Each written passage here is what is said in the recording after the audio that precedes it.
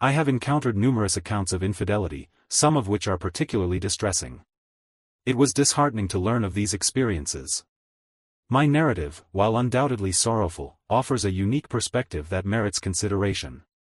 I am uncertain as to why I am revisiting events that transpired so many years ago, but perhaps it is a means of demonstrating that positive outcomes can emerge over time, and that patience is a virtue. The experience appeared to facilitate the resolution of numerous issues. I subsequently entered into a committed relationship with my wife, which lasted for approximately a decade, including 7 years of marriage. We have 2 children who are now adults and have established their own lives. My wife and I initially met on a blind date, which proved to be an uncomfortable experience. My wife is an attractive woman with a vibrant personality. In contrast, I am a reserved individual, and I would not be considered an extrovert. I am not particularly striking in appearance, yet I do not claim to be a charismatic individual. I am typically reserved, and my wife was always the center of attention at social gatherings. She is kind-hearted and empathetic, consistently seeking the positive in others. Interestingly, she seemed to reciprocate my feelings, and our relationship gradually progressed. We were married and began to construct our lives together. Our lives were going very well indeed. We had a nice home, good finances, supportive families, good friends, and our children were fine. However, as is the case with many such stories, there was a catalyst that could change everything. Our catalyst was pregnancy. At that time, we had 2 small children, and we wanted to have a 3rd child to make our family even bigger. Furthermore, we were not experiencing any difficulties in our intimate relationship and were rapidly anticipating the arrival of our 3rd child.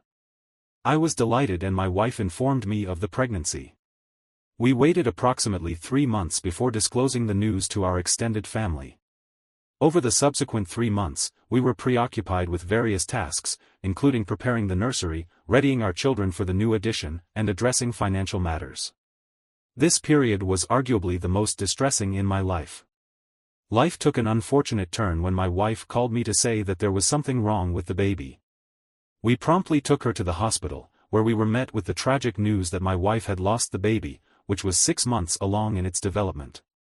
The experience left us both traumatized, and the drive home the next day was filled with silence and sadness.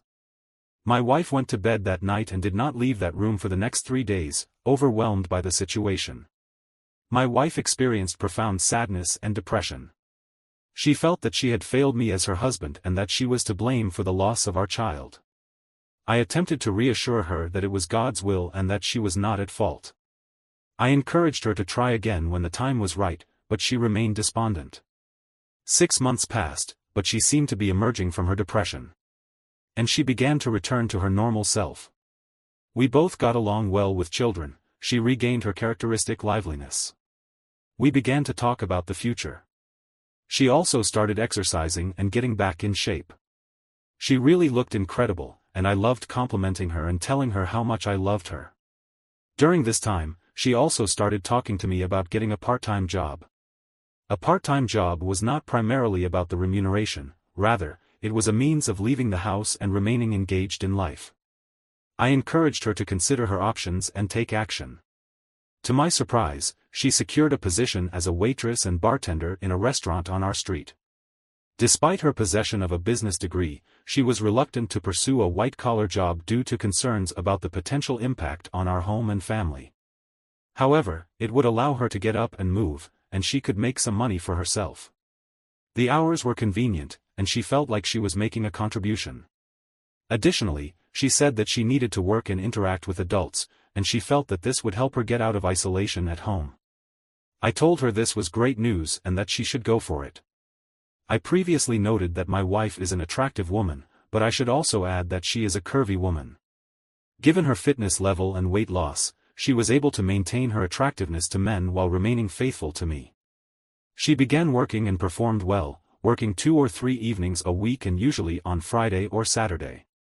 I felt somewhat uncomfortable about her work clothes because they showed off her figure in a way that I found more revealing than I would have liked. It was tasteful, but I concede that I would have preferred a more conservative approach. She responded by suggesting that it was an effective method of attracting more tips and that her attire might also encourage romantic interest from me. The proprietor of the restaurant was a commendable individual who managed his business well. He treated his employees fairly and employed members of his family as well. His son, however, was somewhat arrogant and self-assured. He was born into affluence and was open about his lifestyle. He was approximately the same age as my wife. I must admit he was a very handsome man. He was married but had no children. His wife is a wonderful person who also worked in a restaurant and kept books. My son handled all the catering and special events. At least he should have been doing this from what I understand. He was quite lazy and constantly passed on his responsibilities to his family and colleagues. What he really liked to do was lift weights.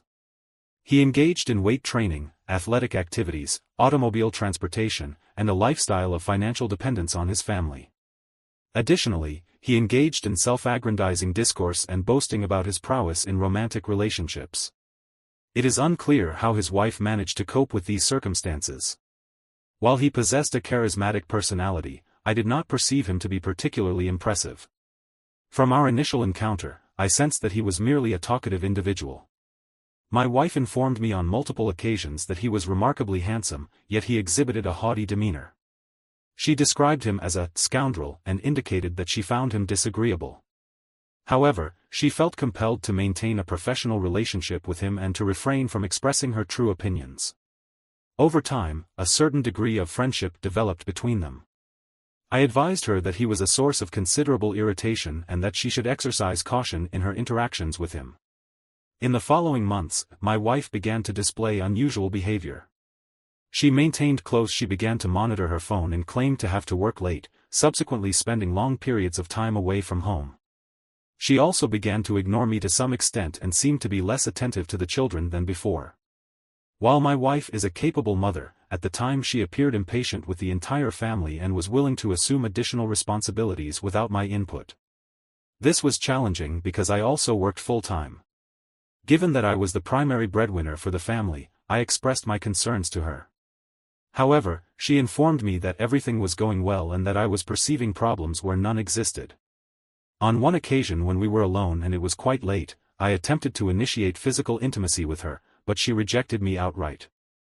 I inquired about the source of the problem, and she began to cry and tremble.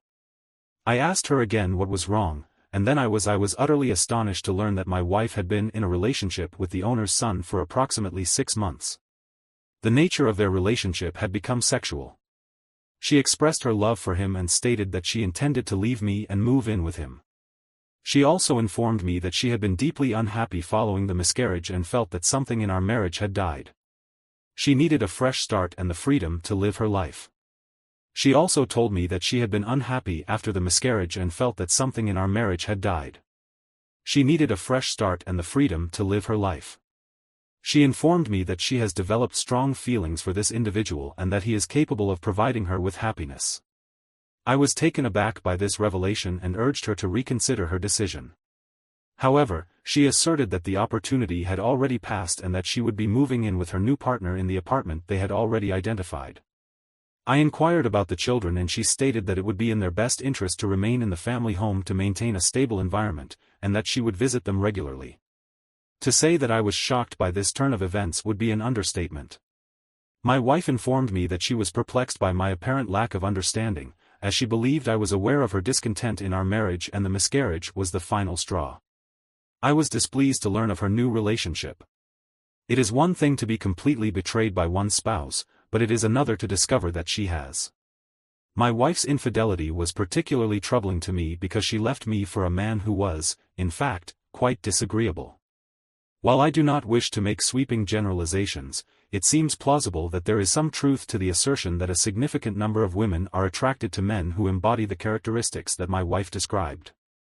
I am uncertain as to whether it was his physical appearance, his ostentatious lifestyle, his verbosity, or perhaps some other quality that initially attracted her, but she did express interest in him, and the relationship commenced. I was profoundly hurt when I later learned of these events. I was disconcerted to discover that my wife had initiated the affair and that she had been engaged in it for approximately 6 months without my awareness. She had engaged in sexual intercourse with him in his vehicle, in a restaurant, in hotels, and in our own home, when no other individuals were present. I was profoundly hurt by this betrayal, but I considered my options and maintained my composure. In the following weeks, I experienced a range of intense emotions, including tears, sadness, and pleading. As a result of these feelings, I spent an entire weekend creating a matrix and diagram of my various options and the potential consequences of each. I then proceeded to assign numerical values to each option in order to determine the most optimal course of action. This process was, in retrospect, rather unusual and lacked any resemblance to a typical human reaction. It is curious to note that the act of thinking rationally and formulating a plan has led to the realization of a course of action that is perceived to be the optimal one for the future. My father, in particular, was incensed and began uttering vitriolic statements about the individual in question. My wife's family, too, expressed disquietude regarding the situation, though they did not exhibit the same degree of vehemence and resentment as my own relatives. My parents-in-law were benevolent towards me, yet they employed every means at their disposal to facilitate a resolution. To provide support and assistance to their daughter, as I understood it, was their prerogative. However, I did have to intervene and request that my father cease hurling vitriolic insults at my wife. She was still the mother of his grandchildren, and he was duty-bound to extend her respect as a grandfather. My father actually concurred and expressed gratitude for my approach to this situation. I informed him that I did not perceive any personal benefit in seeking retribution against my soon-to-be former spouse. My wife was the mother of my children, and I recognized the importance of maintaining a communicative relationship with her for the sake of our children. I want to be clear that I had no intention of becoming a scoundrel. I carefully considered my options. In hindsight, I believe I made the right choice. As I previously mentioned, the situation was challenging, but she ultimately made the decision to move on. She subsequently relocated to the residence of a male acquaintance, demonstrating a desire to maintain involvement in her children's lives. Additionally, I empathized with the wife of the aforementioned male acquaintance, who exhibited emotional distress in the aftermath of the incident. She subsequently sought employment elsewhere and initiated divorce proceedings. I occasionally encountered her at a local grocery store and extended my best wishes. She was originally from Pennsylvania. Subsequently, she returned to her place of origin. As far as I am aware, she subsequently married a suitable partner and has since enjoyed a stable family life. I wish her well. There is no doubt that her separation from this individual was beneficial for her. I only lost my temper on one occasion, which was due to the fact that she was in possession of a mobile phone that I found to be unnecessary. My wife never witnessed me becoming visibly distressed. I remained calm and I was not present during the incident. My wife had a flip phone at the time, which were relatively new and expensive. I paid for the phone, and at the time, I was unaware of its functions. My wife informed me that the phone was for safety and protection, but she desired it so that she could communicate with her new romantic partner. I heard the phone ring once when she initially expressed her intention to leave. I then discarded the phone. Upon her departure from the room, the device suffered a significant malfunction and was subsequently discarded. I denied any knowledge of his whereabouts, but my wife conducted an exhaustive 2-day search and ultimately concluded that the device was lost. The divorce proceedings were relatively amicable, and a financial settlement was reached. I agreed to provide child support for a limited duration, which I believe was a fair arrangement. The dissolution of the marriage was concluded within a year or, at the most, 15 months. It was a relatively inexpensive method of extricating myself from the situation. Indeed, I would probably agree to any financial demand she made just to bring this situation to a conclusion. I remained the children's primary caregiver, while she had 50-50 visitation rights. I informed her that she could always come in and see the children, and she did so on numerous occasions.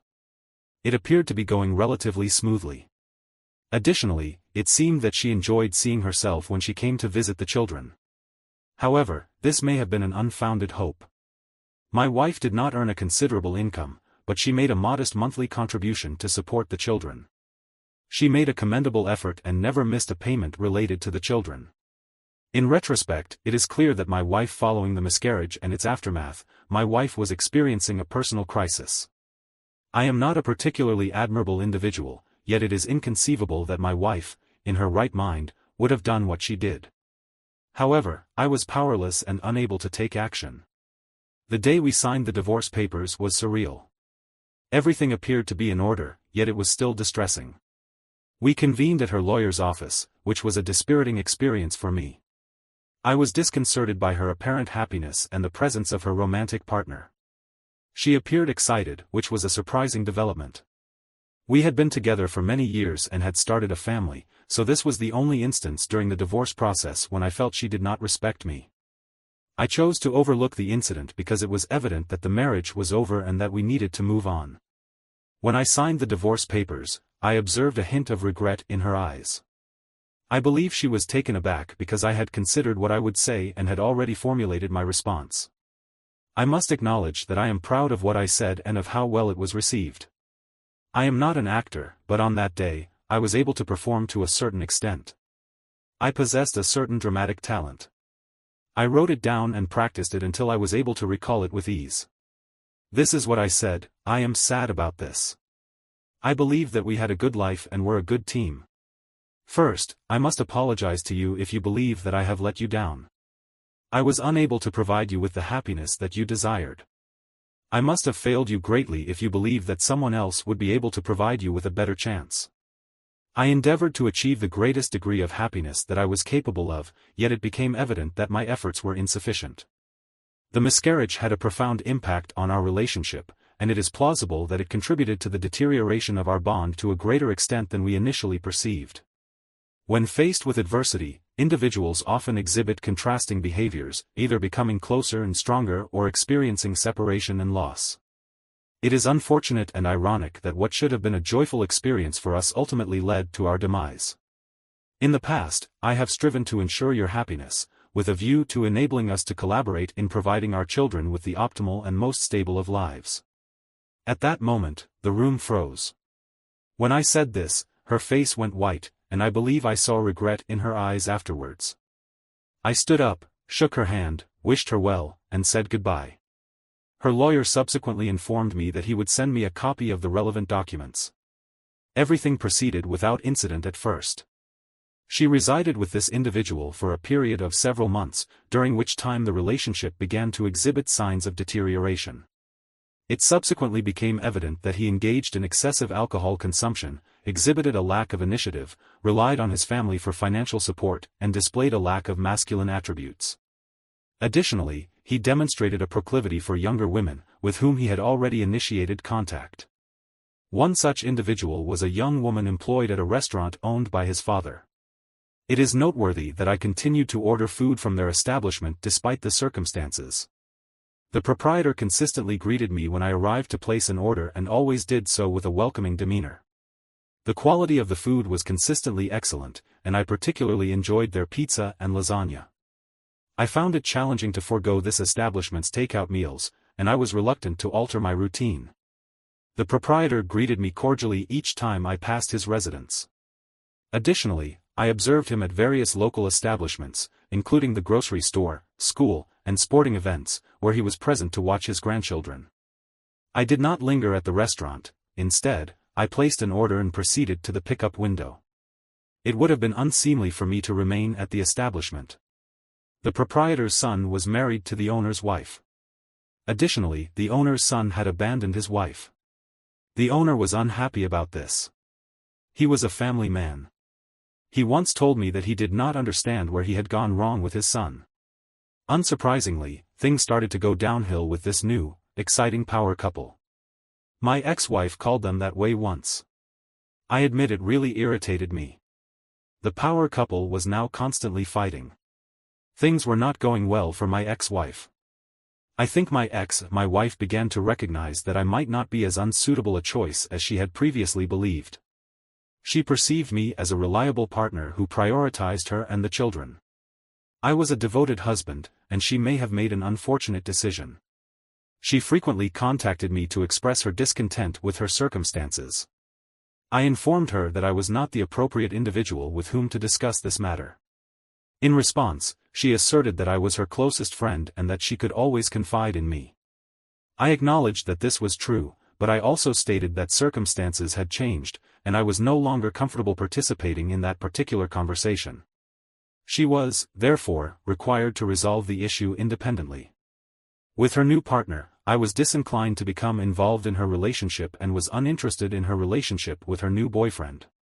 She concurred, but I sensed a hint of pain and regret in her voice when she terminated the call after I informed her that one night she invited the children to her apartment. That evening, I received an excited call from her. She informed me that she had invited her boyfriend and the children to her apartment for a sleepover and to watch movies. However, the boyfriend had consumed too much alcohol and became angry when the children refused to watch one of his shows. The specific details of the show are unclear, but it is evident that the children were uninterested, leading to a physical altercation. The man became enraged and struck my youngest daughter, believing she was displaying arrogance. The impact was significant, leaving a visible mark on her cheek. I received the call and immediately proceeded to the scene. My initial inclination was to contact the authorities, which might have been the most appropriate course of action. However, I went there to retrieve my children. It was not. Despite the circumstances, I still find the incident somewhat amusing. The individual in question was physically attractive and well-built, though not particularly large in stature. It is worth noting that I am a physically imposing man with extensive military experience and a keen understanding of self-defense. I swiftly secured his neck with my hand. I then proceeded to grasp his right hand with my left hand and began striking him with my own hand while simultaneously informing him that he was assaulting himself. I recalled a similar incident that occurred during my tenure in the military, which prompted me to adopt this approach. I deemed this course of action to be an appropriate response. This was an effective method of resolving the situation. It was clear that the individual in question was extremely humiliated. I then collected my children and departed. I informed him that if I received any further communication regarding this matter, would contact the authorities. This would result in significant difficulties for him. It was my last resort, as it would also cause complications for my former spouse. My wife was unable to cope with the additional stress. I must admit that I derived a certain satisfaction from reprimanding my former spouse. My wife made a cutting remark, stating, "This is why you left me." She did not elaborate further but lowered her head, indicating that she was ashamed of what had transpired. It is unclear whether this indicated regret over the divorce or a realization of the consequences of her actions, accompanied by feelings of remorse. Later that night, she knocked on my door, visibly distressed. I allowed her entry, and she informed me that she had ended her relationship with her boyfriend and wished to reconcile. I reflected for several minutes and informed her of my feelings. Despite our shared history, I could not serve as a secondary option, given the dissolution of her relationship and the circumstances that had transpired. I deemed it unwise for her to return, as it would evoke distressing memories. Nevertheless, I was committed to ensuring her safety and well-being. I accompanied her to her parents' residence, where she contacted them. My father-in-law greeted me at the door and expressed gratitude. He stated that I have consistently demonstrated moral rectitude and fidelity in my marital relationship. He acknowledged my prioritization of the children's well-being and concern for their safety. In response, I reassured him of my enduring affection for his daughter. Despite the challenges we faced, I am proud of my actions that night and of my decision to safeguard my children and, ultimately, my ex-wife. My wife resided with her parents for approximately a year until she was financially stable enough to move out. She secured a suitable position with my assistance and contacts, and subsequently relocated to her own residence. She had consistently demonstrated exemplary parenting skills, and her former vitality and enthusiasm had returned. While the relationship was not without its challenges, there was a sense of normalcy. However, she has been involved in numerous relationships that did not progress, and it appears that she has been taken advantage of on multiple occasions. For reasons that remain unclear, she had a tendency to pursue individuals who were physically attractive but morally questionable. I have always regarded such individuals with disdain, as I did my ex-wife. My wife served as a tangible example of why these men often appear to be losers. She frequently found herself in situations where she was lending money to them, entangled in love triangles, and generally dealing with a plethora of challenging circumstances. On numerous occasions, she asserted that I was the most fulfilling relationship she had ever had and that no other individual could compare. While this assertion may have been largely hyperbolic, I nonetheless found it encouraging to hear. One day, I inadvertently caused distress to my wife when I asserted that I was her most significant romantic partner. She made the unfortunate mistake of allowing our relationship to deteriorate as a result. She was attempting to be sincere. She was visibly upset when I suggested that perhaps if I had been more disagreeable and treated her poorly at times, she would not have eloped with another man because she appeared to derive pleasure from supporting and comforting others. She did not speak to me for almost a month after that, but I must admit that I derived enjoyment from it and appreciated the impact it had on her. A month later, we began communicating again and she expressed amusement and informed me that, unfortunately, despite the circumstances, he maintained a polite and respectful relationship with her. He believed that he could be with her again if he wanted, but he was afraid of getting hurt again. He had dated some women and did not claim to have lived like a monk after his divorce. Everything was fine for him at the time, but he was busy with work and children. The majority of single women of a similar age to myself had also undergone divorce and were experiencing their own family-related difficulties. During this period, I had several encounters that I believe justified my approach. I was reluctant to invite women home unless I was seriously interested in the person I was dating. Some women were very attractive and appealing, but I was not willing to take the relationship to the next level. Some of them wanted more from me, but I was not prepared to oblige. My focus was on work, childcare, and I was not interested in pursuing another marriage or long-term relationship. I was reluctant to enter into a long-term relationship. I was not interested in investing the time and emotional energy required for such a commitment. Even when presented with opportunities, I did not allow myself to become too invested. Some of my former partners accused me of leading them on and taking advantage of their feelings. However, I was always honest with them. I would also be a liar if I said that my past feelings for my ex-wife did not influence my decisions. My wife exerted no influence on my decision. I was disinclined to pursue a more serious relationship, having already experienced the pain of a failed relationship. Given the stark differences between then and now, I found myself nostalgic for the simplicity of a dating site, where I could post a photo and search for potential matches. While the circumstances were not inherently better, the nature of the relationship had changed. The primary reason for my decision was the presence of numerous negative memories. I concluded that the best course of action was to remain single. However, I derived a certain pleasure from my ex-wife's company. My wife frequently inquired about my potential romantic involvement with other women. Given my reasons for avoiding such interactions, the children were unable to provide any information. This led to frequent confrontations with my wife, who sought to gain insight into my relationship status. I would often deflect these inquiries by changing the subject, a tactic that often resulted in further contention. Despite these challenges, I maintained a positive outlook on my romantic life, expressing a sense of contentment and no significant issues or complaints. While this may have been perceived as a form of petulance, it was a coping mechanism that provided me with a sense of stability amidst the turbulence of our relationship. The discovery of the affair provided a brief period of pleasure, which lasted for several days.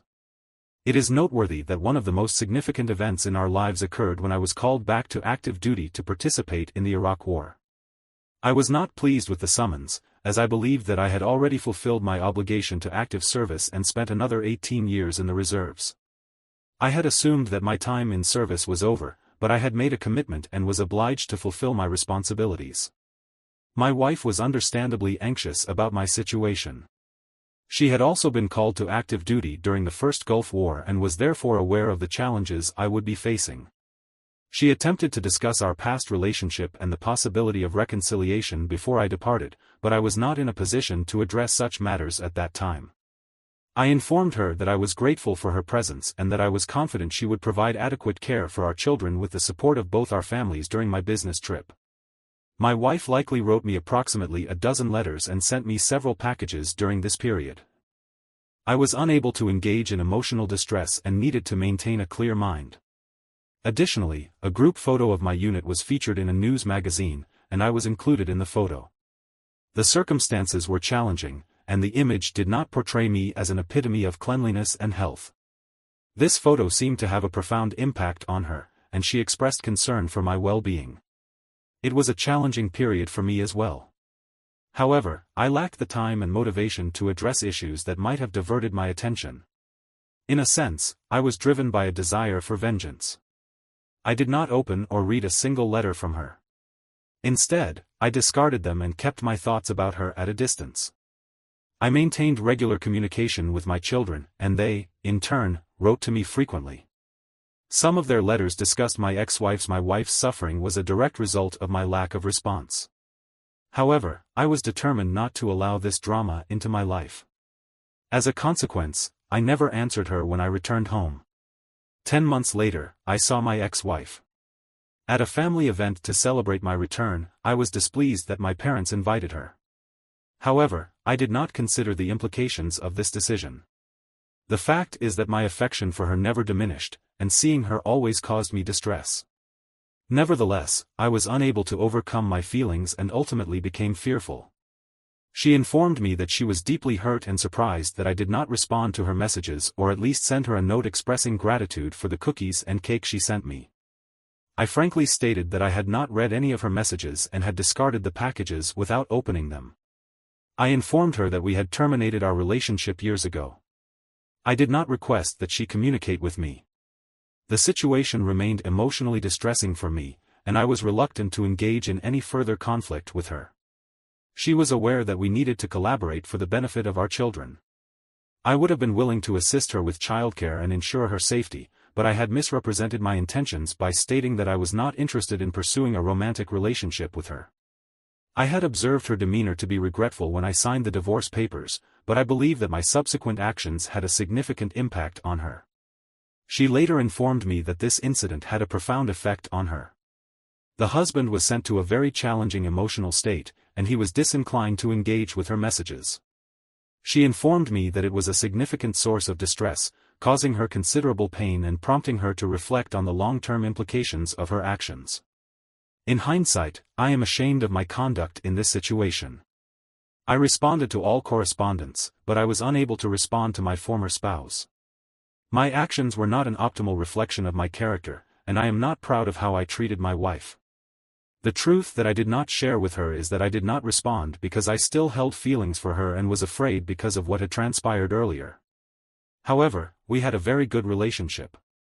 It is important to recognize that relationships are imperfect and that individuals are imperfect. We worked together to raise our children and were a highly effective team when it came to our children. Given the frequency with which she visited the house to see the children, I was on the verge of suggesting that she move back in. Had I proposed this, I believe she would have readily agreed.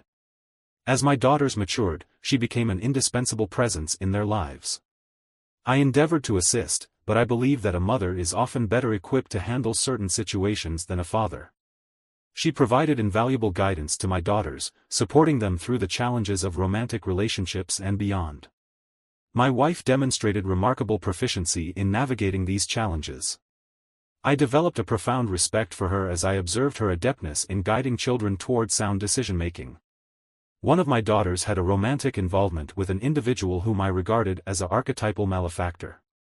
The circumstances surrounding this incident remain unclear, but my wife initiated a conversation with her. She appeared to be imparting insights drawn from her own experiences, elucidating the implications of her actions. Fortunately, the problematic individual was swiftly dispatched, and I experienced a profound sense of relief. The years passed swiftly, and my children pursued higher education, established careers, and entered into matrimony, while I continued to interact with my former spouse. My wife attended numerous family events, during which she consistently inquired about my romantic involvement. She persistently sought to ascertain the possibility of our reconciliation.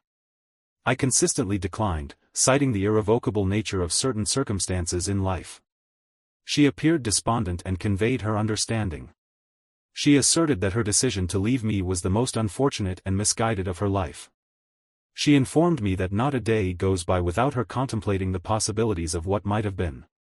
I would be remiss if I did not acknowledge that I experienced similar sentiments, yet I was too intimidated to express them or to give her the opportunity to witness the potential outcome. She also disclosed that she had discovered she found it especially challenging at events such as weddings, birthday celebrations, and other family gatherings. She informed me that the most difficult days from her perspective were the funerals of her mother and father. While she was pleased to see me in attendance, she was deeply saddened because I was not there as her husband. She sought the support of her partner during this challenging period. She recognized that I was a resilient individual and a devoted husband, yet she experienced feelings of solitude and remorse. These sentiments manifested during significant life events, including our children's weddings and the arrival of our grandchildren. She perceived these occasions as joyous occasions, yet she also harbored regret. She inquired as to whether I had ever experienced a similar sentiment. I have consistently maintained that the dissolution of my marriage was a profoundly disheartening ordeal. However, I have chosen to move forward, refusing to dwell on the past. I informed her that I perceived her regret to be somewhat incongruous, particularly given her conviction that true fulfillment could only be attained with her new romantic partner. I had previously avoided discussing this topic, as I found it distressing. Recently, however, I encountered a situation at work that prompted me to reconsider. I was surprised to learn that my situation was not as uncommon as I had assumed. In fact, a colleague of mine had a similar experience, but in his case, it was his wife who had initiated the affair. This was due to the death of his son in a car accident. The man in question was unable to cope with the tragedy and, as a result, experienced a kind of emotional death along with his son. He was unable to move on from this and began to blame his wife. It was as though he had transferred his grief onto her. He then became drawn into the idea that something was missing in his life and began an affair with another woman. I was similarly perplexed. He departed from his marriage of over 2 decades to pursue a relationship with a woman he encountered on a business excursion. Additionally, he made unfortunate decisions, including divorcing, remarrying, and divorcing again within a span of less than 5 years. I had lunch with him and was taken aback when he revealed that he was currently dating his former spouse. My ex-wife subsequently remarried, and their relationship flourished. I am convinced that some individuals are unable to cope with traumatic experiences and attempt to avoid confronting them. I believe this was the case with my ex-wife. I must acknowledge that this situation has prompted me to reflect deeply on my life and my relationship with my ex-wife. Now, at the age of almost 60, I am contemplating retirement and relocation to a warmer climate, at least during the colder months. My children support me and value their mother's relationship with their father. The last time I spoke to my ex-wife, prior to relocating, my wife attended the birthday celebration of one of our grandchildren. She requested a private conversation with me, which we conducted outside. She then became visibly distressed and upset. She had always believed there was a possibility of reconciliation. My decision to move would signify the definitive end of our marriage, potentially leading to her feelings of regret for failing to fulfill her role as a wife. I informed her that a considerable amount of time had elapsed and that she should not hold on to such sentiments. I expressed my admiration and respect for her. I conveyed that she had endured significant challenges but had managed to rebuild her life. She was an exemplary mother and had a distinguished career here and was a friend to many people, including me. It was unfair to dwell on an issue that occurred so many years ago. I had already moved on from this and suggested she do the same. She continued to cry and asked if I truly believed it was possible to let go of such a significant event.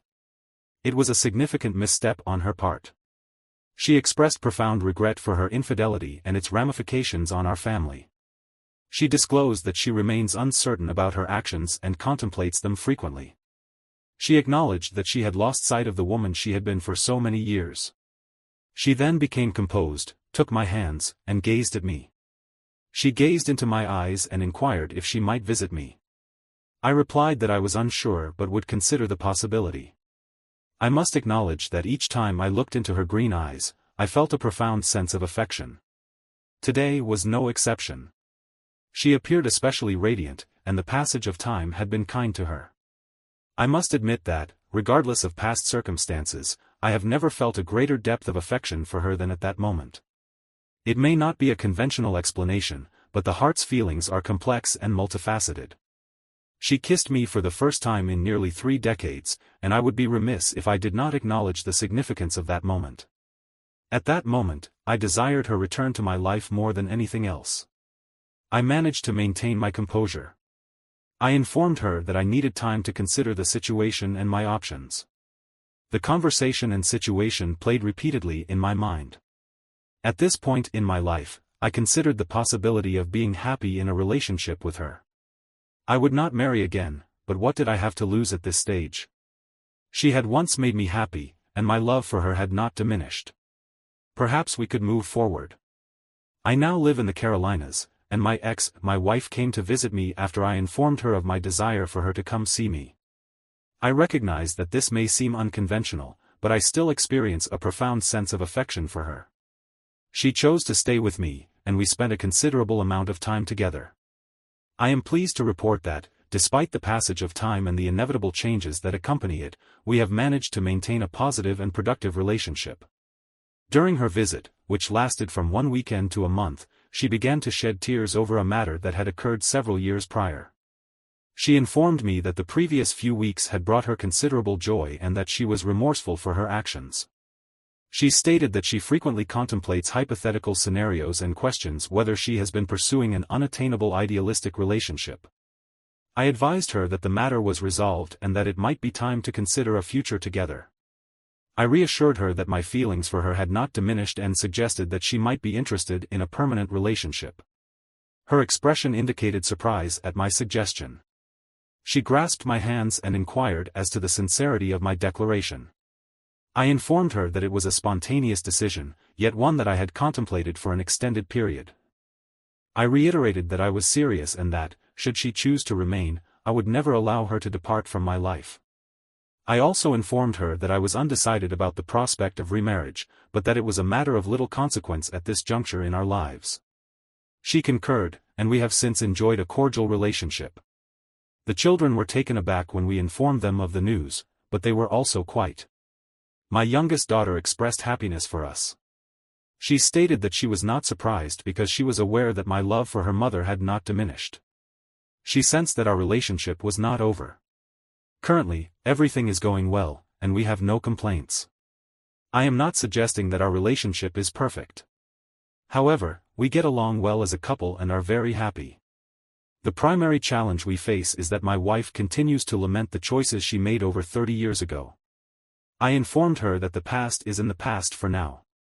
It is not my intention to revisit the past. We had a happy family life, despite experiencing some difficulties. Currently, everything is going well. However, she still feels the need to demonstrate her loyalty to me. I have informed her that this is no longer a concern as she is aware of my affection for her. It is important for her to move on from the past and focus on the future. She also wishes to demonstrate her complete transparency. I have made it clear that I am not interested in monitoring her phone or social media activities. I trust her and am not concerned about past actions that occurred 30 years ago. She is aware of this, yet for reasons that remain unclear, she still feels the need to prove herself. This is not a significant issue, but it does resurface intermittently. However, this situation also improves over time, and she becomes more confident in our relationship. We ultimately decided to get married in the chapel with our family present.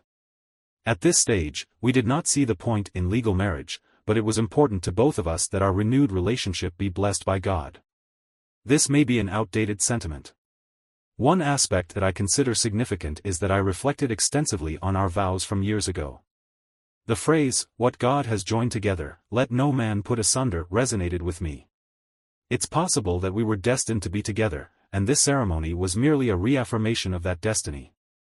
However, it's noteworthy that the incident during our movie night, which involved my wife being punched, is the only event that causes her distress when I bring it up. While we can discuss other topics rationally, this incident evokes a strong emotional response from her, even leading to hysterics.